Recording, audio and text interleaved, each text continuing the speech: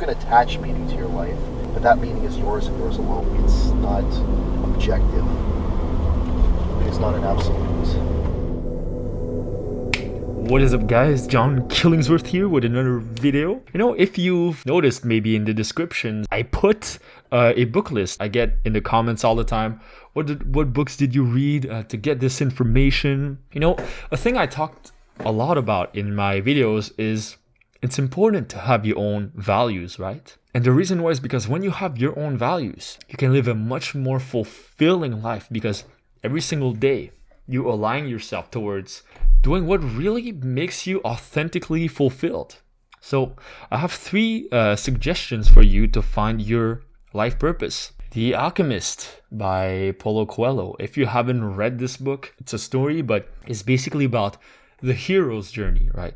A hero going on a journey to find his life purpose.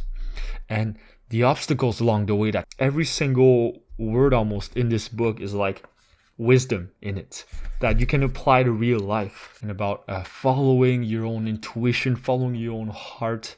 As cliche as it sounds, it's true. There's so many beautiful metaphors in that book. So he says, "Does a man's heart always help him?" the boy asked the alchemist. "Mostly just the hearts of those who are trying to realize their personal legends, aka life purpose." And the boy replied, "Does that mean that I'll never run into danger?" The alchemist said, "It means only that the heart does what it can." Another quote that I like from the alchemist: some people ran into the alchemist and they asked him, "Hey, what's that stone you're holding?" And he's like, "That's the philosopher's stone and the elixir of life. It's the masterwork of the alchemist." And then the people, they laughed at him, and the alchemist laughed along. And then the boy asked, "Are you crazy? What did you do that for?" And then the alchemist said, "To show you one of life's simple lessons. When you possess great treasures within you and try to tell others about them, seldom are you believed." So it's a great thing, right? So like when you find your life purpose, and it's such a great thing, and you convey it to others, seldom will they ever believe you. They will rarely believe you if you tell them, "Hey, my life purpose right now is to change the world." If I tell you right now, "Hey, I want to change the world." If you followed my channel for a while, like, yeah, of course, Nameless wants to change the world. It makes sense. But if I told that to a random person on the street, they would look at me funny, like, how are you going to change the world? What are you talking about? Whenever you have this feeling that you're finding your purpose, and it's too crazy that you can't do it, and people are telling you it's too crazy, guess what? It's probably the thing you gotta do. The thing that's too crazy. The second book, Man's Search for Meaning.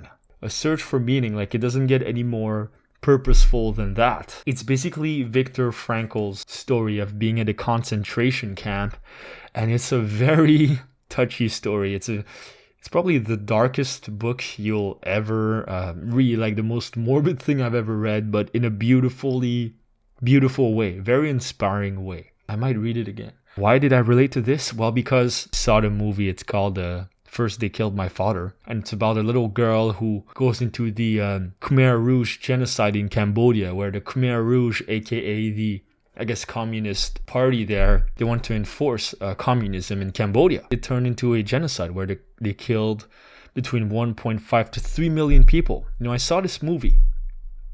And the reason I watched this movie is because my parents, they went through the Khmer Rouge genocide. My mom, she survived the camp for 4 years, right? And that's an incredible endeavor. Knowing that if you lived there at the time, you had 1 chance out of 4 of getting killed, or like literally shot, like killed, like no mercy. 25 to 30% chance of dying. On top of looking at that, I also read this book. So then it gave me a perspective like, wow, like meaning in your life is so important. He said in the book, if I remember, that having meaning in your life is an essential need that can be stronger than even the need for food or water. You would sacrifice your life for meaning. basically the people in the camp, those who had the greater chance of surviving, were the people that had a meaning. Like they knew like that staying alive had a purpose. They would stay alive because their wife was waiting for them. They would stay alive for their children. They would stay alive because being alive is such a beautiful thing. And if you had this meaning, you could overcome any obstacles that comes your way. Famine, death, torture, seeing other people around you dying like moment after moment. And it's interesting because in the book they could tell like whenever someone was gonna die, because they would just mentally give up. They would like, once they mentally gave up on life, like, okay, well, there's no point in staying alive in a Nazi concentration camp. He would just predict, okay, he's probably gonna die in a week, and that person did, like all the time. But those who still had meaning, even if they were sick, even if they were about to die, if they had meaning, they could stay alive much longer. Their body was just more resilient, more stronger. You know, the importance of life purpose, how it can, you know, it can really like invigorate your life. So look into that. Really important. Those two books, you know, Alchemist and Man's Search for Meaning, they're kind of inspiring books more than practical books. A third one that's a little more practical is Mastery by Robert Greene. I borrowed it at the library a while back. 2 weeks later, I borrowed it again, and then a few months later, I actually bought the book. That's how much I like it. And there's a first section in the book that's telling you about how to find your area of mastery, aka your life purpose, right? Highlighted like so many places. I don't know if you can see. The first chapter, discover your life's task. First, you have to find your primal inclinations. When you were younger, what were you doing? You know, the hidden force in you. So yeah, he says, number one, return to your origin. He said, like very practical advice with historical examples of people that have found their niche, right? Point number three, he says, avoid the false path, the rebellion strategy. So the false path he describes is generally something we are attracted to for the wrong reasons. You're trying to find what you want to do with your life. But what do? Like, you get diverted in doing other things for money, fame, recognition. That is partly why I am wearing this mask. So then I make sure that my decisions that I take have nothing to do with fame and nothing to do with recognition. But, you know, you don't have to wear an actual mask to avoid the false path. You just, you know, be conscious. Like, am I doing this for the money?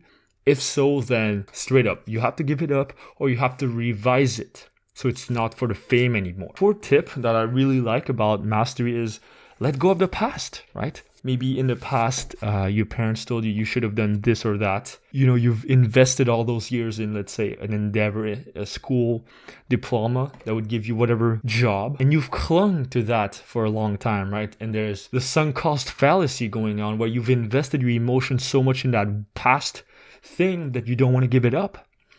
Then it becomes a limitation. You're not tied to a particular position. Your loyalty is not to a career or a company. You are committed to your life's task, to giving it full expression. It's up to you to find it and guide it correctly. It is not up to others to protect or help you. You are on your own. Beautiful. Those are only some of the tips in the book. There's a lot more, but I can't go in the entire thing right now because it's quite a long book. But yeah, that is Mastery. You know, the first part of the book really helps with finding your life purpose, and the rest of the book on how to master it. Put the 10,000 hours in, how to have the perfect apprenticeship to get better at things. I even made a video on how to master things, so make sure to check it out. I'll put a link. So yeah, I really highly recommend that. So thank you for watching, guys. That was the 3 best books for finding your life purpose and helping to consolidate your life purpose. Like, life purpose is one of the most fulfilling things in life, and you gotta do it. Let me know if you want to see more of those book reviews, because people ask me all the time, what book are you reading, John? What are you reading? Those are the books I'm reading.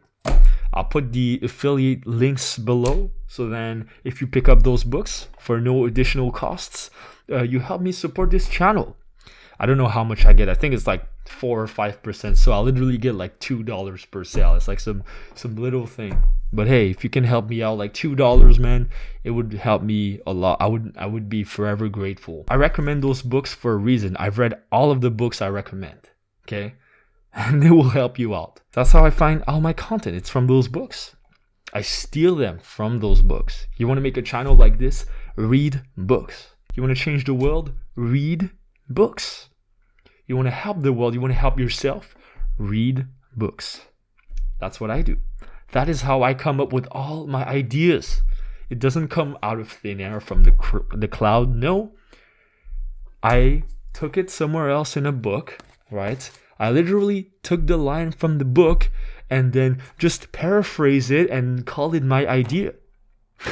All my videos, okay? I steal from those books. I don't make all of it myself all the time. Tell you a bit of the truth. I'm not that wise. I'm just the guy that likes to do videos and likes to steal from others. So I invite you to steal ideas from geniuses around you. Thank you for watching. Don't forget to leave your comments below, your suggestions, and click on the bell to subscribe so you receive all my videos every Monday, Wednesday, Friday. So I'll see you next time. Peace.